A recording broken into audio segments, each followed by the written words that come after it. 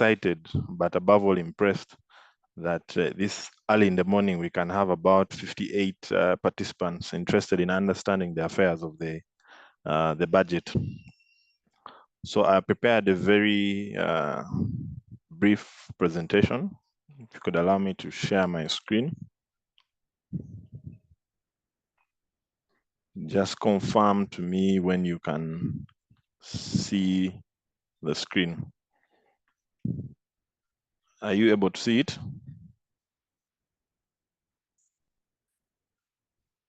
Okay. Yes, we can. Yes, we can. Oh, okay. Okay. All right. Now, just a bit of a background to this year's budget. We all know that the theme is full monetization of Uganda's economy through commercial, agricultural initiatives and expanding or broadening the market access. We know that this theme sits alongside a very ambitious government objective for Vision 2040, wherein government seeks to push Uganda to a middle income status. We also know that this year's theme intersects with NDP4, which creates a promise of a very aggressive approach to ensuring that we meet the 2040, which I believe is being referred to as the tenfold growth mechanism. Along with it, we see the ATMs that government seeks to rely on to achieve these very ambitious objectives. So they seek to thrive more on agricultural industrialization or agro-industrialization, oil and gas or minerals, which seem to be the most plausible angle, tourism, which has not failed the country yet, and lastly, science and technology. I think you all noticed the drastic increase of the science teachers' salaries. That speaks to the kind of mindset that the country is having towards the growth politics. But this discussion for today is going to be tuned towards the tax amendments and how they will be facilitating this growth objective, but above all, how this will be impacting these different stakeholders, specifically entities in the private sector. Now, just to highlight something, a bit of a background, I was having a conversation with a few senior citizens, and they highlighted that in their time, there was a course called civic education. I don't know if the platform will allow me to see the show of hands for those to confirm if they sampled some of this education. But from a brief understanding of what civic education was, it provided a holistic understanding of what the rights, the obligations of a citizen, the entitlement during the budget reading. That is why the impetus of people was higher back then, because this education formed a background for the interest in the budget. Of course, we don't see this happening now. Some of these very vital studies are no longer available. Therefore, it influences negatively the interest of the people in following up with these issues. Now, 4th of February, Ministry of Finance presented a list of tax bills stretching along income tax, the Tax Procedure Code Act, VAT, stamp duty, excise duty, and this year 2 new players that have not been seen for a very long time, the hides and skins and the external trade amendment. Now, these bills were passed by Parliament on the 12th and 14th of May, 2025, and are currently pending the President's assent. That informs the language I've used. I'm still calling them bills pending any significant adjustments that can Blaise, that may could you arise. put it in presentation mode? Oh, sorry about that. Are you able to see it clearer now? Super. Oh, okay. So as I was saying, the bills were passed by the Parliament on the 12th and 14th May 2025 and are currently pending the presidential assent. If assented to, they will be effective 1st July 2025. Of course, even without the presidential assent, the Parliament can still move to effect the bills to effect the acts, which are already now acts of parliament. But oftentimes we see, and I think you've seen this popularly with the excise duty bill for the past 2 to 3 years, there's been a lot of interaction from the president's office on making certain adjustments. So now there's no actual clarity as to whether the bills will remain the acts will remain the same, or the president will ask for certain adjustments to be made. However, having been passed by parliament, they are now acts of parliament, just pending presidential assent. Now, I will start off with the Tax Procedure Code Act 2025. And the key amendment we're seeing in this year is the introduction of a centralizing of the tax identification number. Now, what government is attempting this year is not alien. We have seen countries like Japan, the Netherlands, and Malta adopt a single unique identifier for taxpayers. In Netherlands, they use a Dutch citizen service number. This number will reflect in your ID, your passport, your payment certificates for tax. There's no need for it to be altered in any way. So from what we understand, and based on the explanatory notes for the provisions, for the tax provisions in the TPCA, government is moving from the tax identification number and choosing to rely on the national identification number for individuals, and then your registration number with URSB for countries. Now, for non-residents or non-Ugandans, they'll be relying on the foreign tax identification number. Now, what does this mean? Whereas the objective from the explanatory note displays an intention to align the unique or identification numbers for tax purposes along with registration and the rest, the other implication of this move will lead to a very seamless increment in the tax base. I think this year the word tax widening has been used quite a lot. We are fully aware that the tax register has about 4.5 million taxpayers.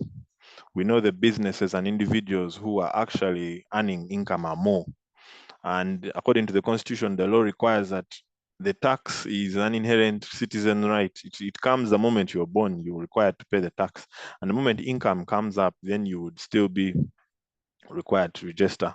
So the hindrance of having to first go to the commissioner, make an application to register is now cut off. Taxpayers will automatically qualify as and when they earn income. So by effect of the NIN or the URSB registration. Now, this creates a very, very, very big call to action for most of the Ugandan entities. As you know, the informal sector has been described as people who are functioning below the tax radar. And now there will be no radar because the NIN and the URSB holistically capture everyone. This amendment in itself creates a very strong need for businesses to be more prudent than they have been in the past, and to have a very keen focus on how their tax affairs are going. Because for an individual making a purchase of land with a NIN, depending on how quickly URA optimizes its systems, it would immediately trigger a tax effect. So this amendment, in my opinion, creates a very big call to action for businesses to be more focused on tax compliance. And we know Uganda is generally still a non-tax compliant jurisdiction. A lot of people only think about income tax when they are filing. They forget about the payee, the director's returns, the stamp duty. Quite a lot of taxes need to be considered now that the URA has optimized the tax registration process. So, however, some key concerns have been identified by, of course, very many tax practitioners as well, noting that there might be some data privacy issues, and that the current charter that speaks to confidentiality may not be, and that I'm referring to the taxpayer charter, may not be sufficient enough to demonstrate the protection that is required for this personal information. Of course, you know, in jurisdictions like the US where data is or is consolidated within systems. Identity fraud is also a very big issue that they're dealing with. So a move like this would require the introduction of the data protection office within the functions of URA, and also the police as well, just to provide surveillance to ensure that there is no misuse of this data. Now, you already know that in the past, local governments and government institutions were restricted from providing services to those who are not fully registered for tax. This now extends, but it becomes much easier because the NIN and the URSB registration number are very clear and very easy to acquire. Now, the second key amendment in the Tax Procedure Code Act revolves around the waiver of interest and penalty. For those, I had Ronald mention there are CPAs on the call. I'm sure they all know the headache of the taxpayer ledger and how the introduction of this ledger was not properly primed. We have noticed that over time it has carried with itself a few inconsistencies. The data sets don't match effectively. And for taxpayers who were functioning before 2012, the introduction of the tax identification number, and or before the introduction of the e-tax system, it seems to still create a bit of distortion on displaying the actual tax position in terms of the tax assets that the taxpayer holds. Now, of course, these cries have not fallen on deaf ears. Ministry of Finance, along with URA, have been trying to resolve the issue of the tax ledgers. I think about a year ago or 2 years ago, URA issued a notice informing the taxpayers that the cleaning process of the ledgers would have been completed and the data would now be reliable. But this has not really provided much progress. So the waiver from where we sit, or my understanding, would create a twofold benefit. First, from the tax administration side, to create a level of certainty in terms of the interest, penalties, and the assets that are due, because the waiver process is just an easy way of validating a cleanup. And then secondly, it allows taxpayers to come forward and very quickly rectify their book of tax and ensure that compliance is okay going forward. We have seen the tax waivers coming up consistently from 2020. And from what we are studying, I don't anticipate any other waiver after this. So I think for a taxpayer who's being prudent, it's important to effectively monitor your ledger to see that you take advantage of this waiver. We already know that it's on a pro rata basis, so whatever you can pay will eradicate the portion of interest and penalties that is related to that principle. However, you must understand that the issue of principal tax then becomes complex when you're looking at penalties for non-registration or late registration, which are not particularly hinged on any principal tax, but are hinged on an action of non-compliance, or even the penalties for non-usage of IFRIS or abuse of a tax stamp. The interest and penalty that arises from those, it's still something that needs clarity, because based on the wording, that kind of interest and penalty may not be waived from this particular process, as this law is focusing on principle and then the tax and interest arising from it. So we find unless URA is going to consider that penalty as principle, because just to give a bit of a highlight, your penalties can be civil and they can be criminal. We don't anticipate that the waiver will apply to the criminal side of the issues unless the criminal penalty and interest are attached to a principle.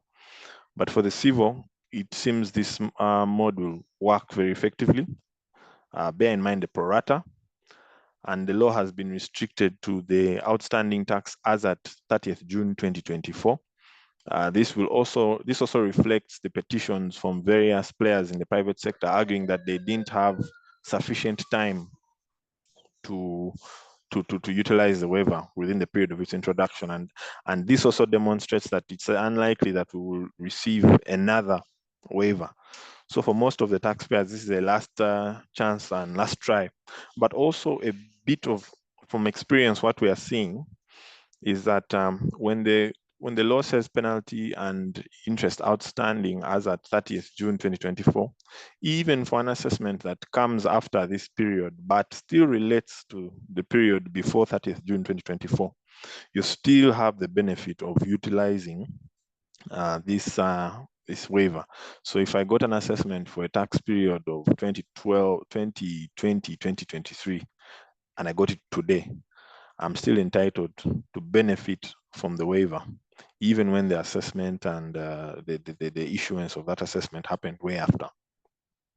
We also see that this provision provides a lot of relief, especially in case of the agency notice, which at times may be issued capturing the principal and the interest, and it's important for taxpayers to be aware of these factors. It's an interest that is provided by law. So your only qualification for it is simply to pay a principal tax. There is no need for application. Now, the next amendment that we're seeing that is quite instrumental in this year is the IFRIS amendment. You all remember, and for lack of a better word, the Chikubo riots that led to the presentation of an impromptu assembly at I think it was at Kololo, where the president had to address the traders on the uproar that had been created around the IFRIS invoice. And from a technical perspective, the IFRIS system as itself was being misclassified as a tax, as opposed to its true nature of a collection mechanism. In other countries, it's being adopted. Rwanda, Kenya, they use the same system to consolidate taxpayer data. And this IFRIS system is still a demonstration of URA's commitment to digitize their collection and administration process. We've seen this happening for excise duty as well. URA introduced an online self-filling return, along with what you're seeing for VAT. And we also understand that they intend to introduce self-filling return for payee, which is also a strange one, but the digitization has taken hold. Now, whereas we agree that IFRIS is not a tax in itself, but rather a tax administration mode for the URA, we need to acknowledge that the penalty that was earlier placed was quite barbaric, which was the 8 million and 6 million for the non-use and non-issuance the 8 million and 6 million, the 8 being for the non-use and then the 6 being for the non-issuance. These penalties are quite high, especially when you are at the onset or the beginning of rolling out a digital process that the taxpayers are not familiar with. You will definitely anticipate, because of variance and literacy levels, that people will take a bit of time to adapt to this technology. So having very high penalties for non-use and non-issuance did not make sense at all. So this adjustment is quite welcome, and in my understanding, it would be one of the most sensitive responses to the Chikubo riots. So what is going to happen now? The penalty has been reduced to twice double the tax due on goods and services. So this simply means a bottle of water of 1K will still have the penalty of the tax due, which is the 180, the tax, the VAT times 2, which by all circumstances seems to be a very reasonable amendment. The next amendment impacts the gentlemen and ladies of Kapapura, and it still goes further to speak to the digitization attempts of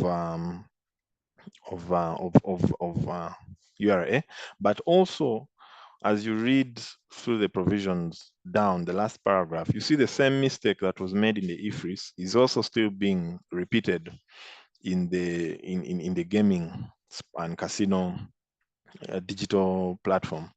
Because one, before I get to that, URA is now centralizing the stakes and the payouts. All these would have to pass through a centralized payment gateway system. Now, this gateway system, it's still too early to ascertain who will be managing it, whether it's going to be a private contractor or URA will still adopt the method as used with the IFRIS, but the licensing and regulation of this will be coming from Bank of Uganda. Now, this will definitely give URA more visibility on how much is moving in terms of stakes and payouts. Now, the measures to ensure that taxpayers comply, and I can definitely understand that URA would impose a punitive measure to try and encourage taxpayers not to fail to comply with these digital methods.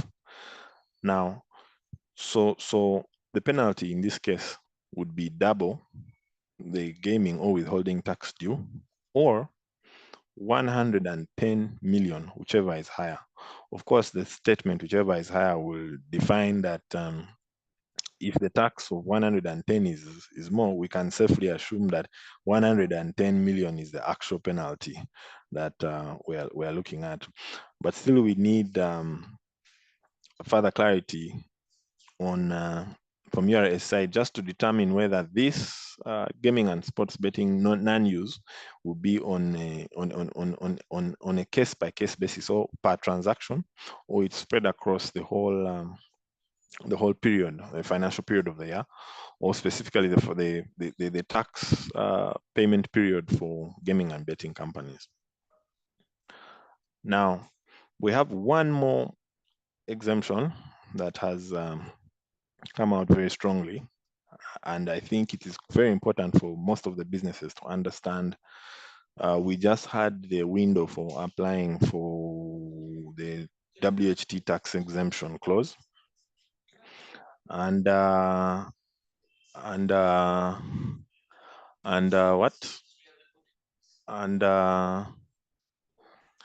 we've just seen the application for tax exemption, withholding tax exemption clause. And along with that application, we have seen it be modified over and over. The conditions that are provided in the law are quite few. It's simply a demonstration of compliance. We have also seen an introduction of a more rigorous criteria for applying for the withholding tax exemptions. But also something very strange is the law does not create a timeline. It doesn't say that the window for applying for WHT exemptions is 2 months or 1 month. I understand it's administrative, but I also don't think it is proper.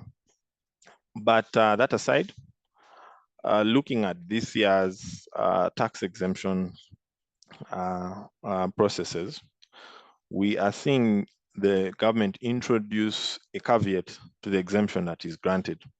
So if at any time the taxpayer does not maintain the requirements required for the taxpayer to be granted that exemption will be revoked. And the taxpayer who fails to comply will be liable to pay the tax for the period that that requirement was not observed.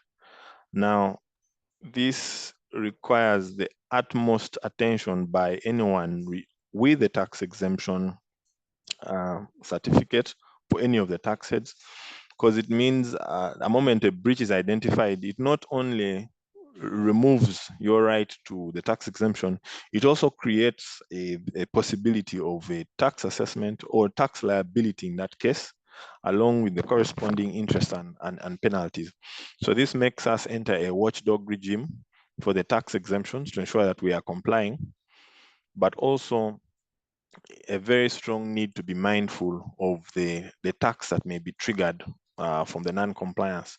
So whereas the measures in the tax procedure code this year do not introduce any tax or any new measure for extracting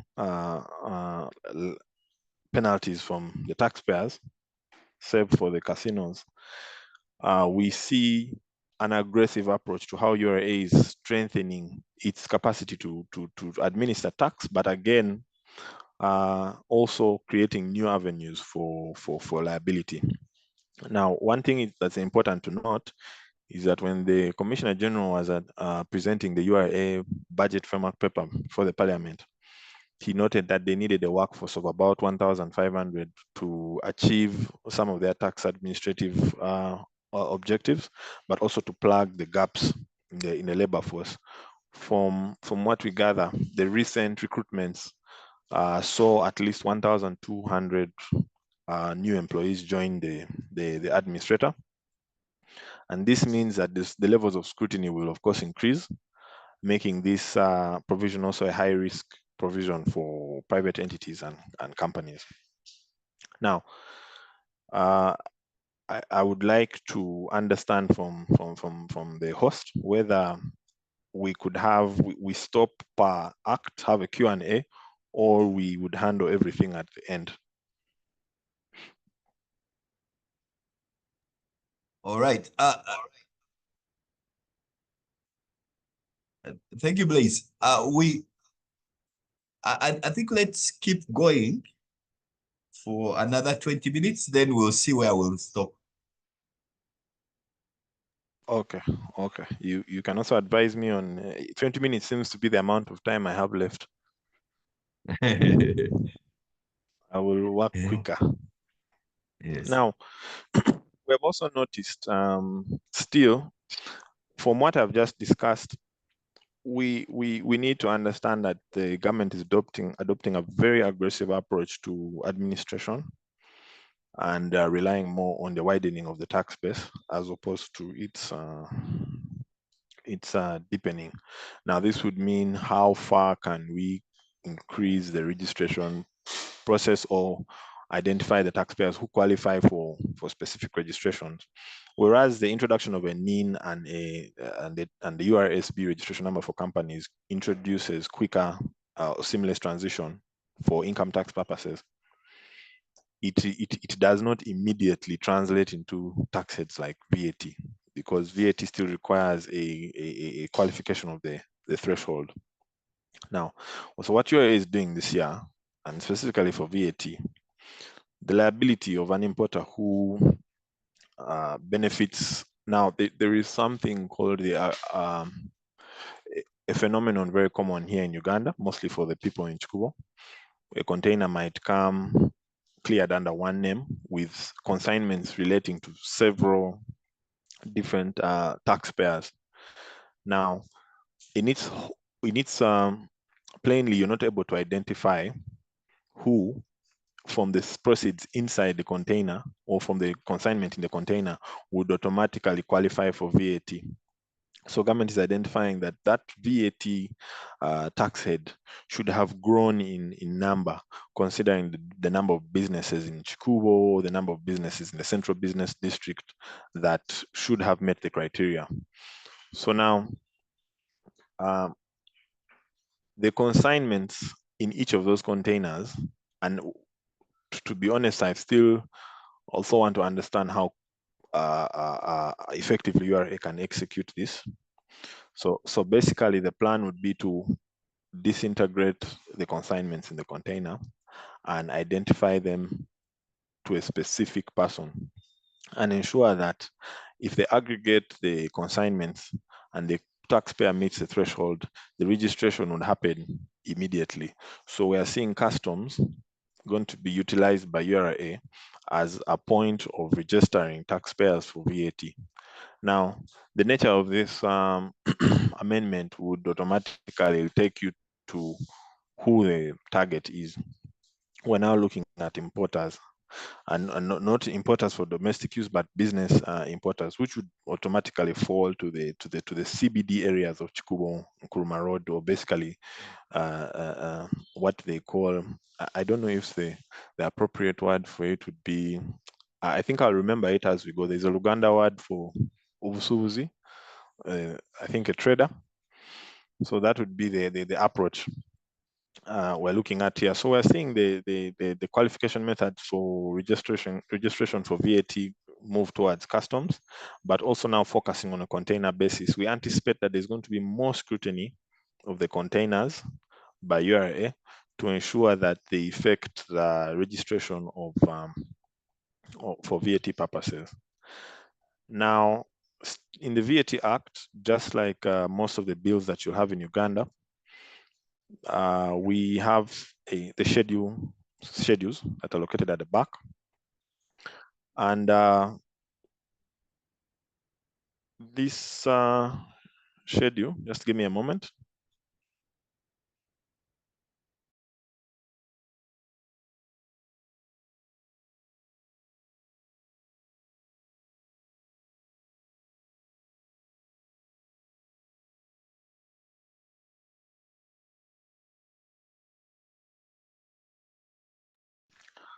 Okay, this schedule is usually furnished with a list of entities that are called listed institutions. These institutions receive a very aggressive exemption regime based on the kind of work they offer. The assumption is that they are mostly developmental entities, agencies like the UN, most popularly the Aga Khan Foundation. And based on their contribution to the country, they are granted this very aggressive exemption status. This year, we see the introduction of the International Atomic Agency, but having its replacement with the International Atomic Energy Agency. We anticipate these are just mergers and acquisitions that have taken place at the top. The entity still remains substantially the same, but these adjustments are being made to reflect the commitments that government had with these entities, because in most cases, before the entity enters this schedule, there's usually a bilateral agreement signed by the state. Most popularly, I think it's the USAID bilateral agreement that provides a list of specific exemptions. So for tax practitioners who are out there, it's important to study some of these engagements, these agreements, because as the entity joins the schedule with a general exemption, in these agreements, they provide specific exemptions to subcontractors working for these entities. And I'm just picking an example of the USAID agreement between the government of the United States and the government of Uganda. So specific exemptions are also provided to employees who are non-citizens, but subcontractors being engaged by these entities. And you will find that these different agreements provide different exemptions for the different entities that are listed. And these exemptions are not one size fits all. They are uniquely structured for different transactions. So it's important, even for those entities in this call that are supplying some of the listed entities, to make reference to the agreements, because they don't just dump the companies here. There's a pre-existing agreement and then a process of adoption by the cabinet and then later parliament to have this enacted in law. So it's important for those countries engaging with any of these listed institutions to go back and review that agreement. You might be missing out on a very significant exemption that is still provided by extension of the listed institution, and it's something that would provide relief for a number of taxes, especially direct contractors and subcontractors of some of these entities. So we have also identified that a few exemptions have been introduced. If you can see my to guide how I'm going to take you through this document, on my left, you will see the exemptions that have been added to the list. And on the right, you'll see those that have been removed. from the list. I will simply run through this in the interest of time, but focus mostly on number one. And number one, initially there was an exemption in the law for composite lanterns. And if you try and comprehend what the meaning of composite lantern is, there's no clear description of it. Some people will argue that it has to be comprised of plastics as opposed to the glass of a fluorescent bulb, or it has to be used from renewable materials like wood as opposed to the materials that are used to make ordinary bulbs. But according to the explanatory notes, the word in itself does not have any proper industrial application or general understanding, creating very serious ambiguity, but also breaching the tax principle on certainty.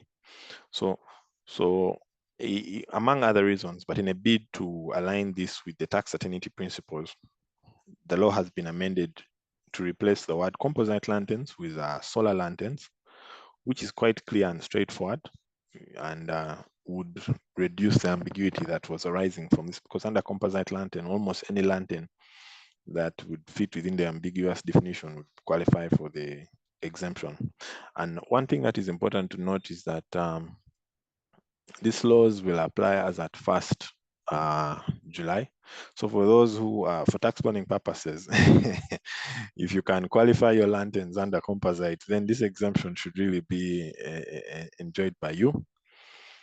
The supply of billets has also been removed from the exemption list. Just for a bit of background, if you've ever seen very huge square-shaped roads being transported on the road by trucks, these are the billets. They are the raw, semi-raw material for steel or iron-based manufacturing. So these are being removed. And initially, this market was it was a key market to be facilitated by the state. Uganda was trying to encourage a lot of internal steel manufacturing, but I think the objectives have finally been met, and the removal signifies a confidence that the market has now increased. The supply of biomass pellets, some of you in the coffee industry might have seen the husks, and those who are in carpentry, the wood chippings. These are actually the things that, not all of them, but some of them, the biomass pellets, and the supply of these for production of biomass energy and other clean energy solutions are being encouraged, of course, to facilitate the green movement. This is a bit ironic considering we are also going to be mining oil and gas. So, zero-rated cells, we see the introduction of zero-rated cells for suppliers or aircraft, and this is largely an incentive, because the zero-rated cell still allows a taxpayer to utilize input credits from any of their transactions, as opposed to the exempt supplies that really puts you out of this cycle of benefit. Now, it is important to note that the supply of aircraft, from very brief consultations, review of the Hansard and the explanatory notes, demonstrates that this provision will not really apply to the drones and any other small micro aircrafts that people maybe have thought would also get into this provision. I, for one, thought you would quickly qualify the drones because it's something that still flies in the air. But this has been restricted to passenger and goods moving and cargo moving aircraft. So the traditional aircraft that you see. The anticipation is that this might facilitate the aero industry, specifically our very strong aspirations with the Air Uganda, or Uganda Airlines, rather. That ends for BAT. Now, when it comes to stamp duty, two very powerful amendments come in. The first one being an amendment that created a bit of headache for taxpayers. the 15,000 stamp duty on documents. And what is very interesting to note is that this 15,000, if not paid at the time of executing the document, would also attract a penalty of 2 million shillings per document. This actually aggravated the nature of this tax. And of course, we understand the purpose for which it was introduced. Stamp duty is a very instrumental part of verifying evidence at the court. And for individuals who intended to present arguments to the court, the stamp duty should have also been paid for it to be admissible. However, the key issue with this amendment is that very clearly defined to what exactly would qualify for the payment of this tax. And we saw things as far as the employment agreements also being included in this list, creating a lot of havoc. And I think in response to the cries of the taxpayer, this has been removed, but it's also important to note that the law will not be applied retrospectively. So URA still has flexibility to amend, to rather assess you for periods prior to this process. And I think the most viable approach to this would be a voluntary disclosure, because honestly speaking, if they opted to utilize the principle, which is the 15,000 plus the penalty of the 2 million, for your 10 employees, it would mean you have a 20 million penalty to suffer with. So in most of the cases, quick disclosure would be the easiest way to go. The other amendment that we are seeing coming in is something that should have been done a long time ago, and it still remains a mystery as to why this particular portion of the mortgage-related stamp duties was not amended. We noticed in the 1st July 2020, in response to the impact of COVID-19 on the businesses, government pushed to waive, to rather remove the tax on any loan-related products. We saw this one seep through the cracks, but I think an adjustment, even at this point, is still welcome. The question would remain, was the intention after the COVID-19 to also remove these, and whether there's a remedy to apply. So we see the mortgage deed in itself has been adjusted from 0.5% stamp duty to nil. Other deeds that engage collateral security previously charged at 15% have now been adjusted to nil.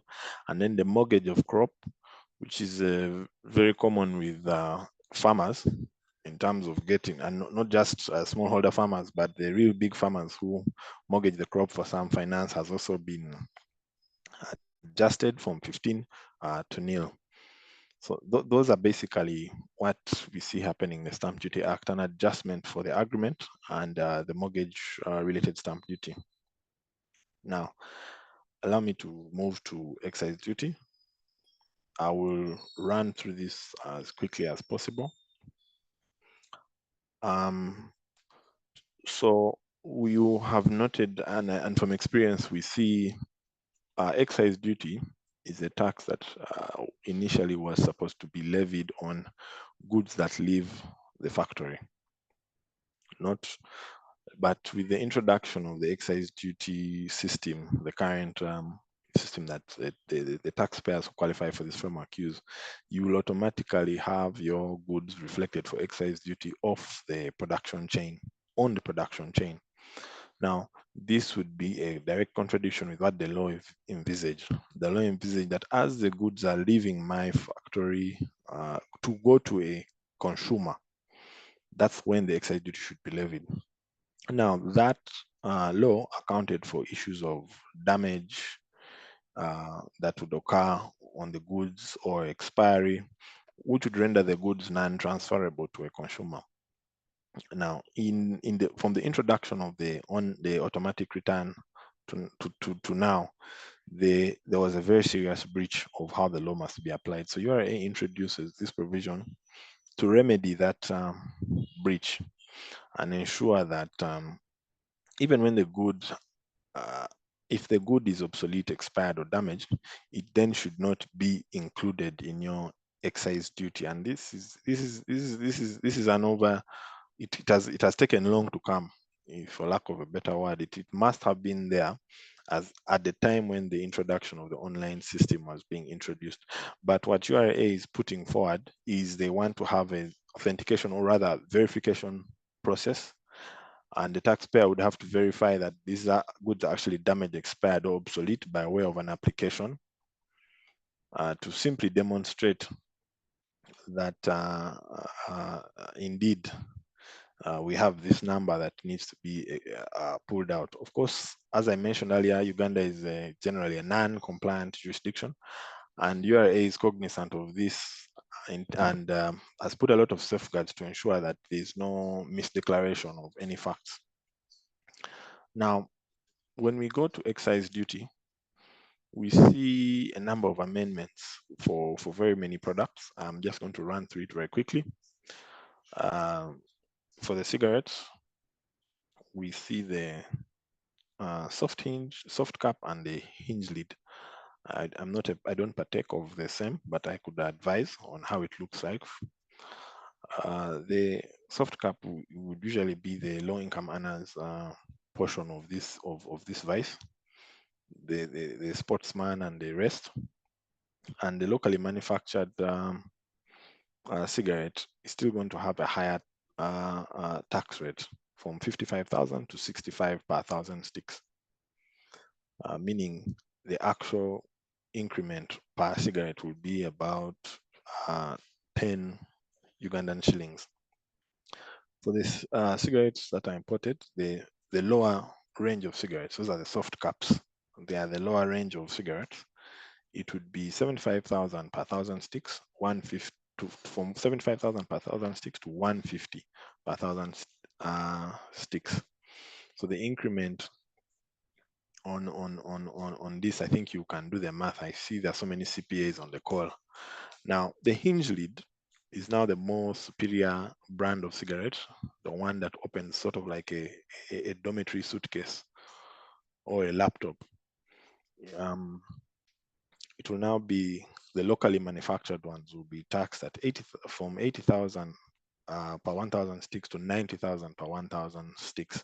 So the hinge lid is basically the cigarette that opens like a case, as opposed to the one where you just pop up the surface. And the imported cigarettes will be imported from 100, will be adjusted from 100,000 per 1,000 sticks, which is 100 shillings per stick, to 200 shillings per stick. This is a double increment, but you can see from the difference in the two, the soft cap and hinge lid, that the hinge lid is more of a premium product. Of course, this is in an attempt to limit the vice of cigarette smoking.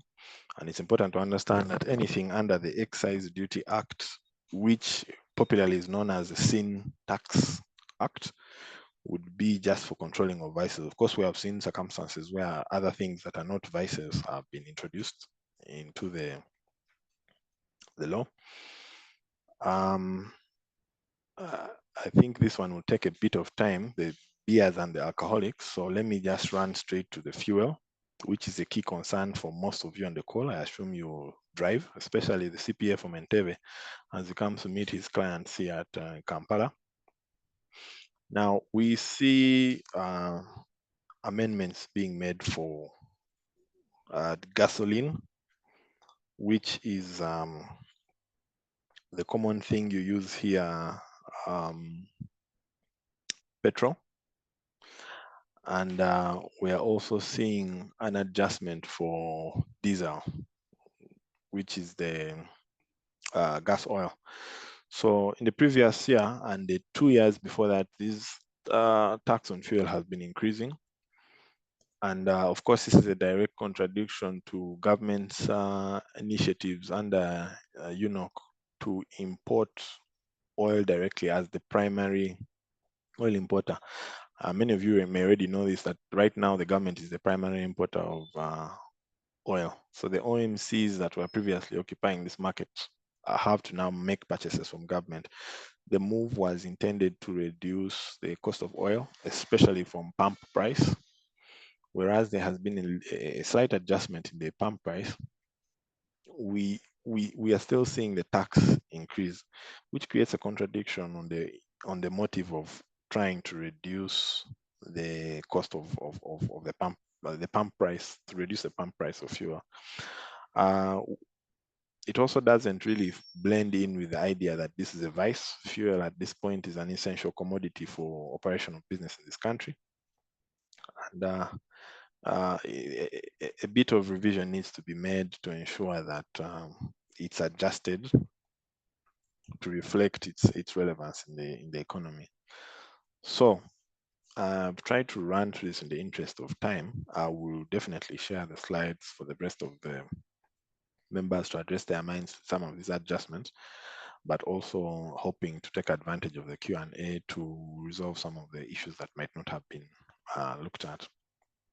Now, under the Income Tax Act, we are seeing some significant amendments. Of course, we have seen the Hago publicly on television and the parliamentarians being very aggressive on the extension of Bujagali's income tax exemption. Of course, we know that the price, the unit price of power is directly impacted by the presence of this exemption. So as it keeps going forward, we anticipate that the price of the electricity remains stable and affordable. The removal of this exemption would imply that the price of electricity would shoot up. But now, just like the oil and gas scenario, we now have government being the distributor for electricity. We anticipate that in a pro-citizen manner, the price should have been stabilized regardless of the presence of the exemption. But looking at what has happened out of the Hago, we see an extension for this income tax exemption to the year 2026. It leaves a lot to be expected on whether this exemption will be pushed forward or maintained to lapse on 30th June 2026. Now, the key exemption, and which I believe many of you have joined this call for, is the exemption for citizen-owned businesses. Now, this exemption, quite interestingly, has been introduced. It is a 3-year tax holiday. I wouldn't want to really qualify it as an exemption because practically speaking, most businesses would not have reached the tax point within these years. You would not still have broken even, and you're not yet profitable at that point. So this amendment simply recognizes the facts on the ground. I think one thing we can take into consideration is that the primary issue that it might be relieving of a business owner is simply the cost of compliance. Because while you might have needed to employ a CPA or a big business tax advisor to file this tax return for you, and of course the pricing is based on the complexity of the return, it would be more expensive. Now that you are exempt, you really don't have to suffer with this cost. But even at the time, your books, if well maintained, would still put you in the same position for income tax purposes. You must understand that this exemption applies strictly to income tax, and that means it will flow over to withholding tax as well. It's yet to be seen on how URA will align this exemption with the requirement to apply for a withholding tax certificate, because this is a bylaw exemption. There is no need to have any compliance records or evidence that you're a good taxpayer to get the WHT exemption that correlates to this. This should be instant. So another thing just to highlight is that as long as the investment capital injected in this business does not exceed 500 million, which means for as low as 1 shilling, you would automatically qualify as a tax-exempt business. Another very important thing to note is that the business should have been established as at 1st July 2025. So the old companies that have been in existence do not really have the benefit of this provision unless we are anticipating a wave of company dissolutions matched up with registrations of new entities, therefore sales, mergers and acquisitions, so to speak.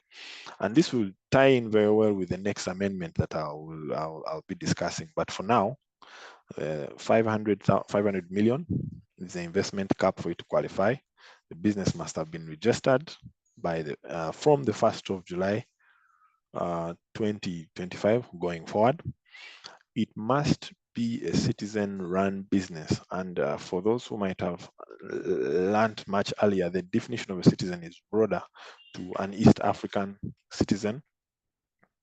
This might, of course, be adjusted by a public notice that URA may issue, but the law provides the benefit for a East African citizen. And then the citizen and their associate. Now, the term associate is quite broad.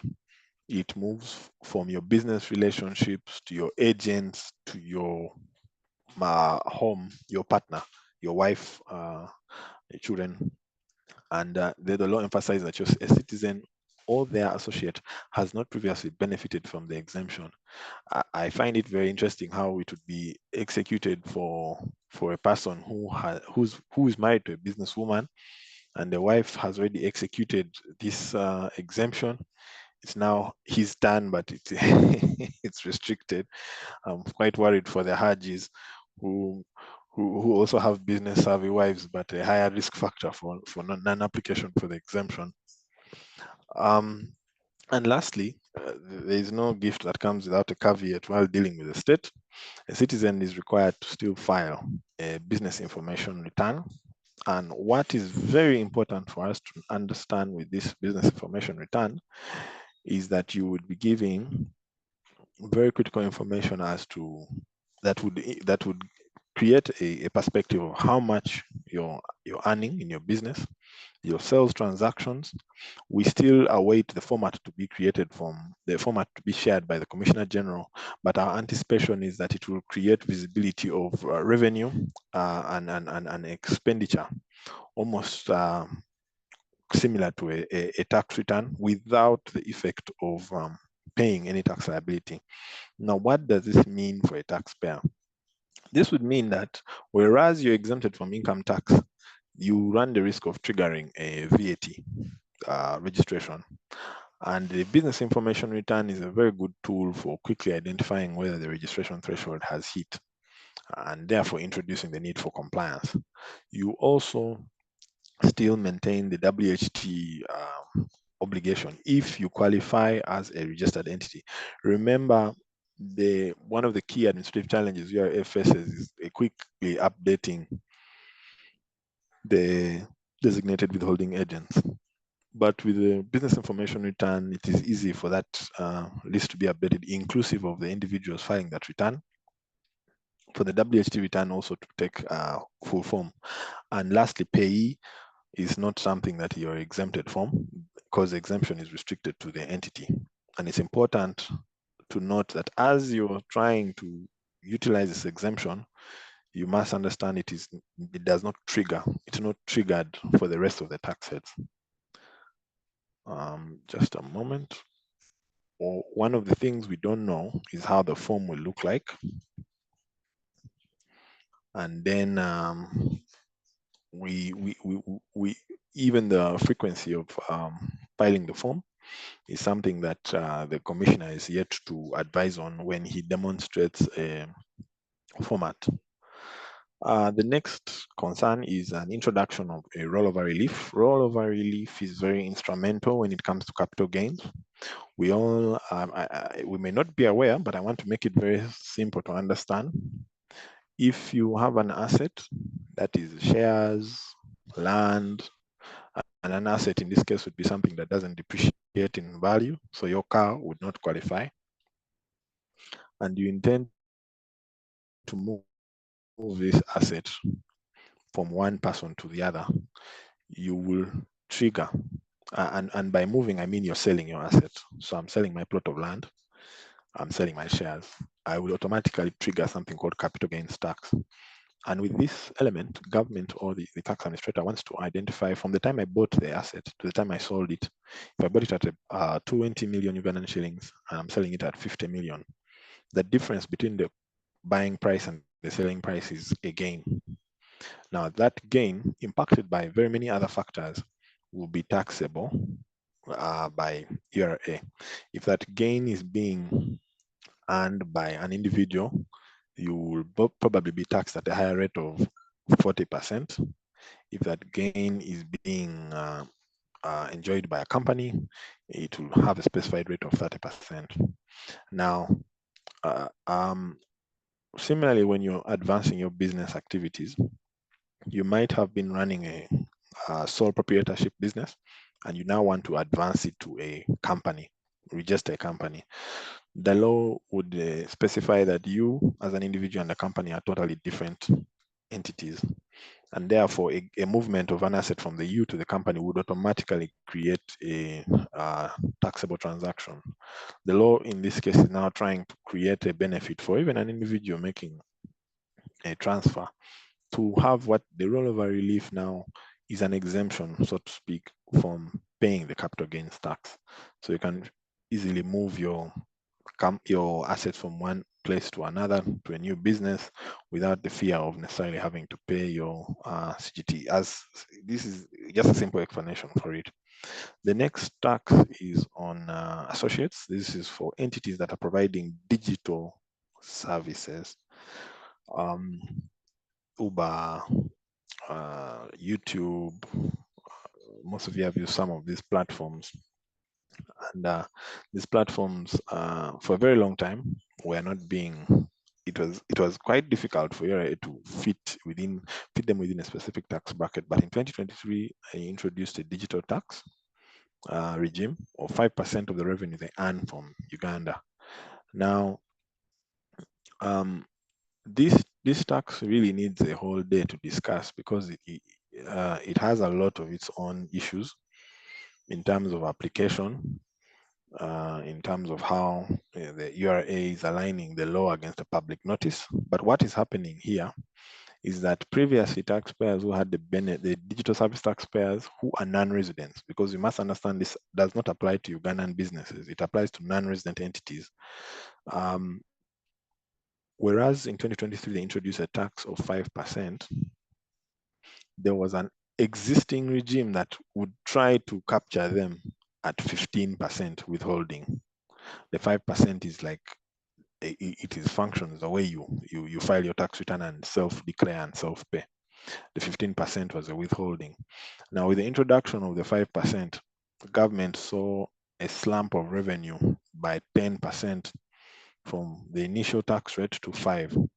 And in an attempt to salvage the benefits of taxing the non-residents, have created what looks like an exemption from DST, but then becomes a tax in the original or in the old tax regime. So in essence, any non-resident digital service provider who is providing their services to an associate in Uganda, which can be a related company, an agent, or if you are a software developer in another country and you're providing them to your mom here in Uganda, the tax rate will shift from 5% to 15%, meaning that for those specific transactions for digital services, the tax rate is going to increase, whereas it is still being called an exemption. So what does this year's amendment series let us know? It invites a bit of caution and aggressive interrogation of the provisions to ensure that what someone is calling an exemption is truly an exemption, not a a mode of higher tax guised in relief from another. Just like we saw in the VAT, we still see listed institutions coming in. and the International Atomic Energy Agency is being brought in as a listed institution. And like I said in the VAT, it's important to look at the agreements that actually bring in these people. The agreements are actually similar to double taxation agreements. And if you look at Section 21 of the Income Tax Act, it advises that an exemption is available as it is tied to the bilateral agreements. So it's something to watch, to look at that agreement just to ascertain what benefits might be there for your particular business. The next exemption we see is the hides and skins. The next amendment, hides and skins. This law was introduced by, it's a very old law, as early as 1962, I believe. And this was at the time when our primary exports revolved around agricultural products and the like. And in an attempt to increase or rather to incentivize the export, an exemption was introduced for hides and skins.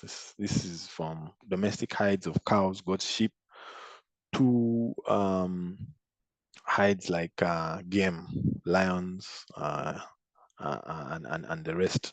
Now, what we need to understand is this seemingly small looking market speaks to the leather industry, which has expanded over the years. And for the women in this call, I think they can confirm that some of their Gucci and Louis Vuitton bags may cost even more than a boda in the country. So in an attempt to capitalize on the growing industry, of course, we already know textiles and the fashion industry make quite a lot of money. There are a few global billionaires arising from this. Government has removed that exemption from export and enacted reinstated a levy. So what we see is 0.8 US dollars per kilogram. The markets are mostly West Africa. I do not know what the Nigerians are using the skins for. Maybe also making bags, and then all the way to Europe. There's an intro, it's not necessarily an introduction, because we have seen the infrastructure levy of 1.5% being levied on goods. Initially, this was on the basis of commitments on the East African community and an introduction by way of budget speech from the Ministry of Finance. But now we are seeing an alignment of this within the domestic laws to be more clear. We should have maybe caught wind of the domestic VAT saga. There was a case that really caught the attention of very many people, where URA was enforcing a 15% domestic VAT levy that was not placed in law, caused a lot of problems. And this also speaks to the fact that the government also wants to align the customs regulation as a mode of collecting cash, but also to ensure that there is certainty of the tax law. So the 1.5% is still the same 1.5%, but this time introduced effectively in law. I think that is it.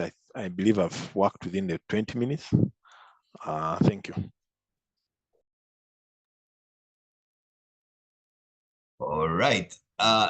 Thanks a lot, Blaise, for that detailed conversation. Big thank you. Quite a lot to take in in about 40 minutes to an hour, and it's quite a bit. But I think Blaise has done the topic justice to kind of give an overview. Now, friends, I do know that this is a lot. There are many pieces to it. And we're going to dedicate the next couple of sessions to this specific conversation. So we will try to break it into pieces in the next business recovery series so that we can be able to address So Blaise's job was to really give us what you'd call an overview.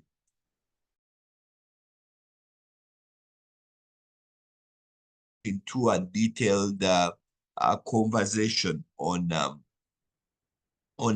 how we need to address this as entrepreneurs. So Blaise, thank you so much for the conversation. We have just a few minutes. We are going to possibly have an opportunity to ask Blaise a couple of questions in the next few minutes. And as I've mentioned, we are going to continue with this conversation even next week and possibly the week after, so that we can be able to do it justice, given the critical nature of this conversation for us as business owners. So at this moment, allow me to just possibly give an opportunity to people who want to ask Blaise a couple of questions. Blaise, the number of thank you that are in the chat box. I see from Margaret, from Dennis, from Isaac. Yes, there is a question from Emily. Emily, nice to see you. Been a while. Glad to see you here. Emily says, what are home goods that could attract infrastructure levy?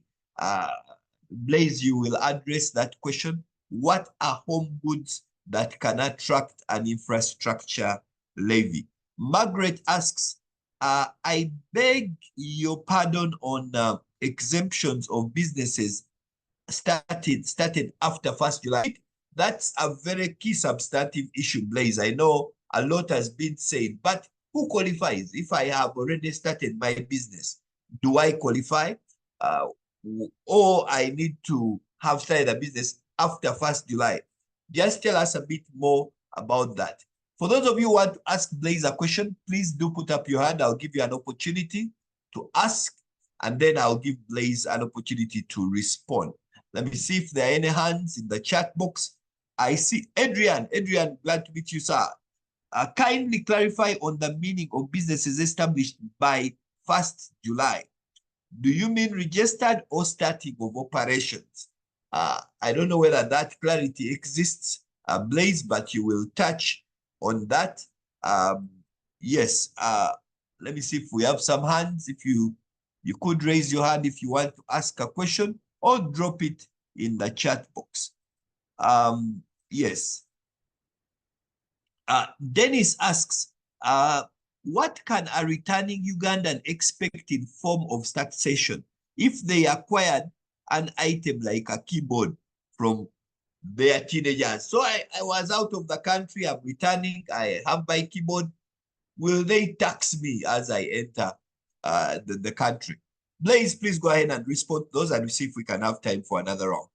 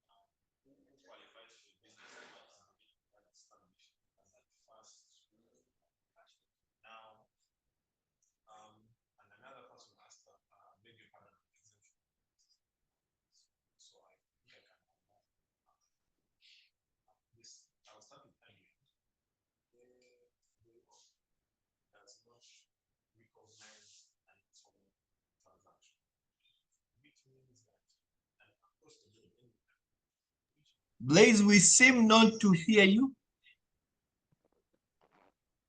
Are you able to hear me now? Yeah, that's better. That's better. Okay, sorry for that. So that means you did not hear the appreciations I had shared earlier and also my comment on what Sarah had said about the skins.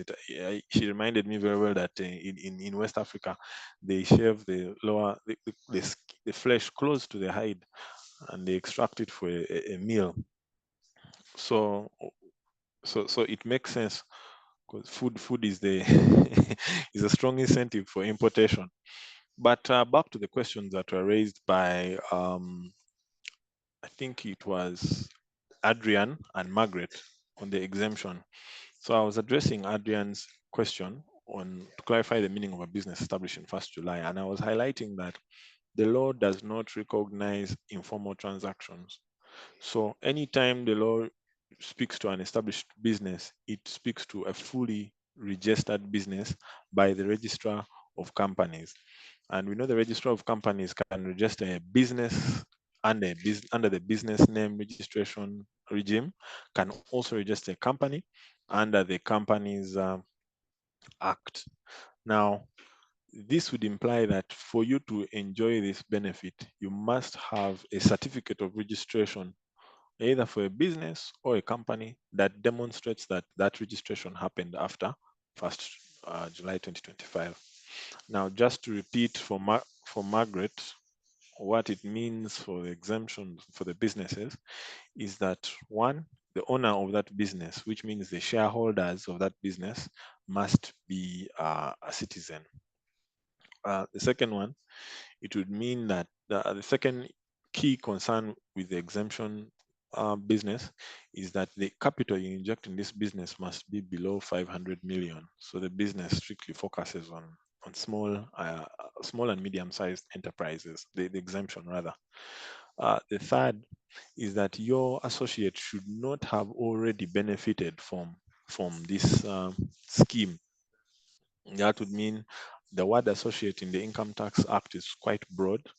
It would qualify any company that you're already registered with, company that is related to your company, any relation with an agent, or your spouse would also create a proximity for you to fail to enjoy the exemption. So one household or one group of people, they're trying to ensure that it's not overly duplicated as a tax planning strategy, because at the end of the day, someone can have his wife, child, all register businesses and utilize the benefit.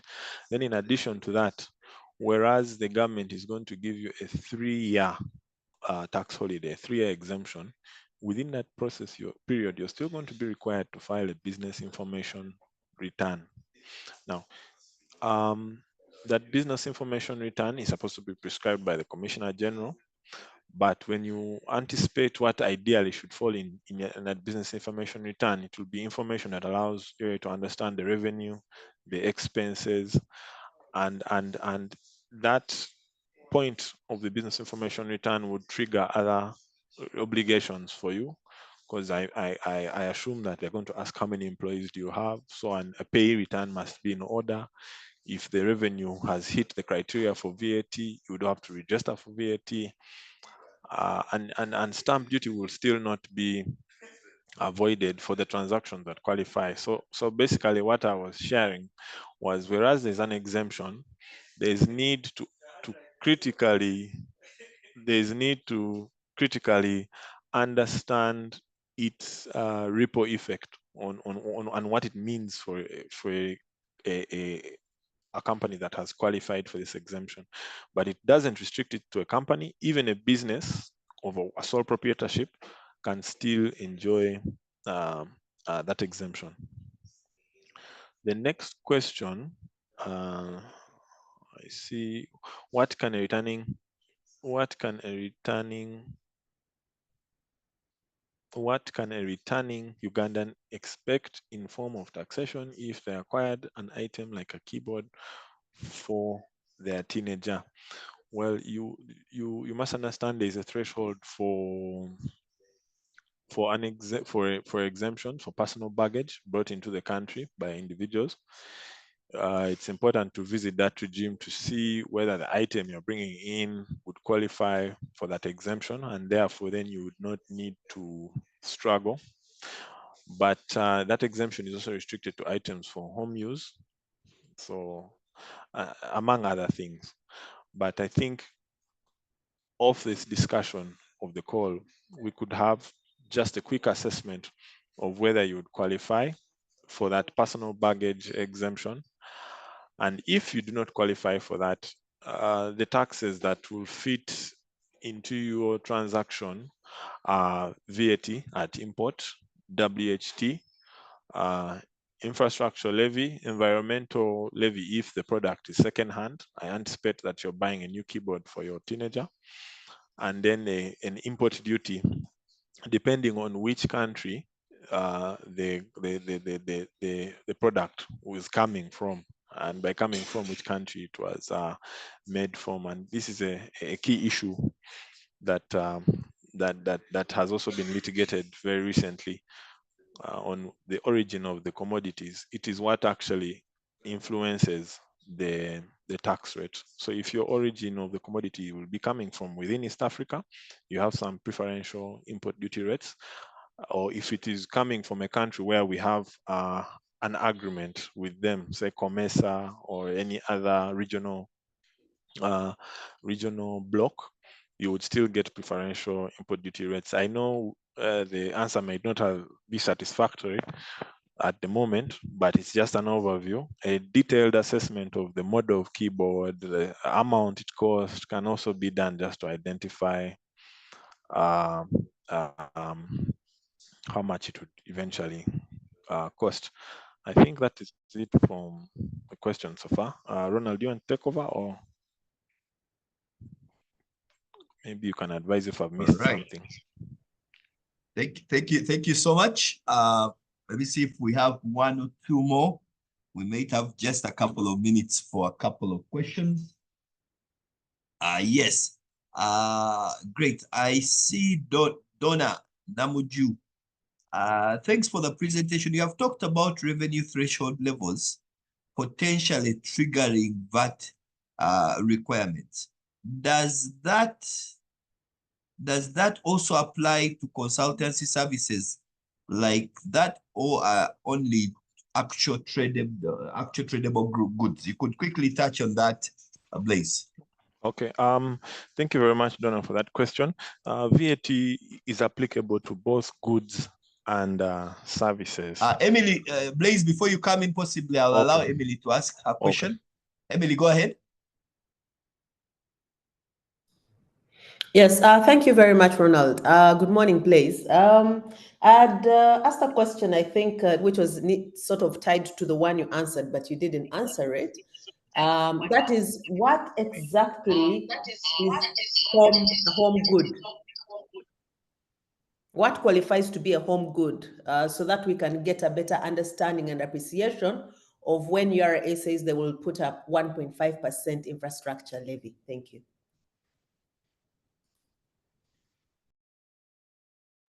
All right. Blaise, please go ahead and answer those questions.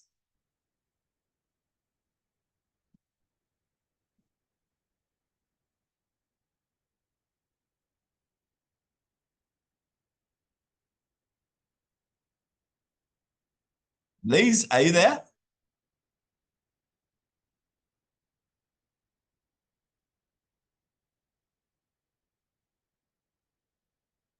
Sorry, I was on mute, and oh, yes. I kept talking, not knowing what was going on.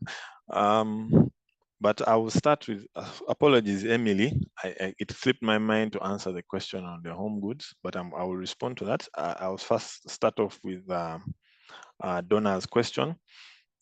The threshold for VAT within a year of income is 150 million.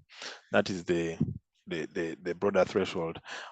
That is for 12 months. But then, just to go to the detail of it, this threshold will apply historically, and also it will also apply prospectively, meaning if you look backwards at your affairs for the last maybe 6 months or so, and you identify that your revenue has already hit 150 million, then you already qualify as a person who's supposed to register Yes, you're supposed to register for VAT. Now, by sales, I'm referring to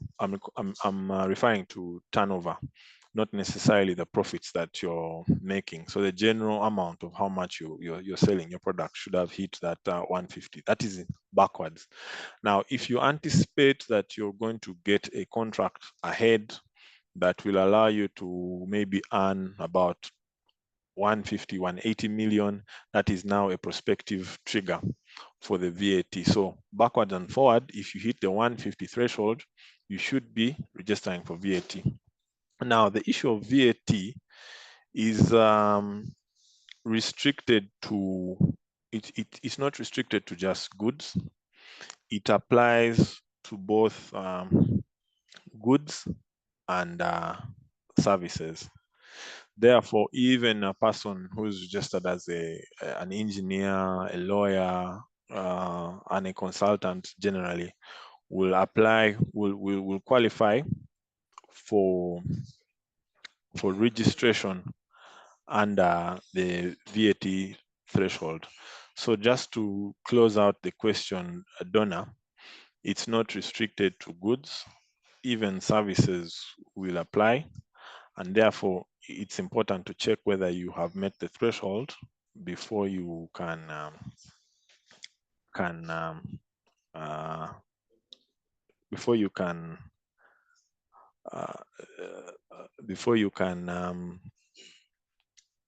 disregard the issue of VAT registration. Now, regarding Emily's question, she asks the question, what amounts to home goods? And just in a very, very brief management or home use, in a very brief response to what you're saying, the East African Customs Management Act also makes reference to home use. And these are goods that will be domestically consumed in a home setting without the general need for application to commercial use. Now, another thing that is important to note, the definition of home use, in my experience, may also be applied on a discretionary basis based on the volumes of the product and the entity who is making the import. A company importing a group of chairs, whereas this qualifies as home use products, might also be identified as a commercial good based on the nature and the nature of the person making the import. So basically, these are goods restricted to domestic purpose, but also may be impacted by the entity, the consignee who's making the import.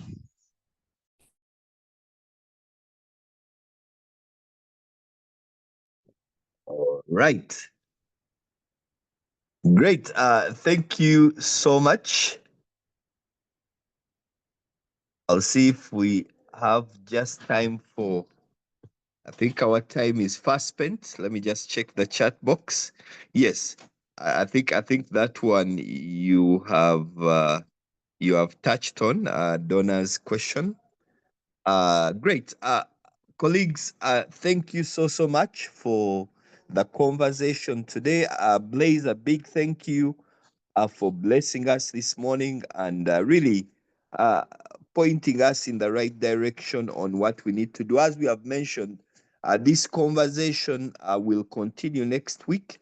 We'll have a similar topic and possibly kind of address it more from the perspective of the key questions that are rising so that we can be able to make the right decisions as we deal with the 2025-2026 financial year, which is coming along. A big thank you to all of you. Thank you for joining the call. We will be back next Thursday, still having a similar topic so that we can be able to exhaust it, so that we can be able to see how we can win together. Blaise, thank you. Say a big thank you to the EY team. Thank them for allowing you to come and share with Uganda's business community. And we are very, very honored by the in-depth conversation that you have led us through. Have a blessed day, and we'll be back next Thursday.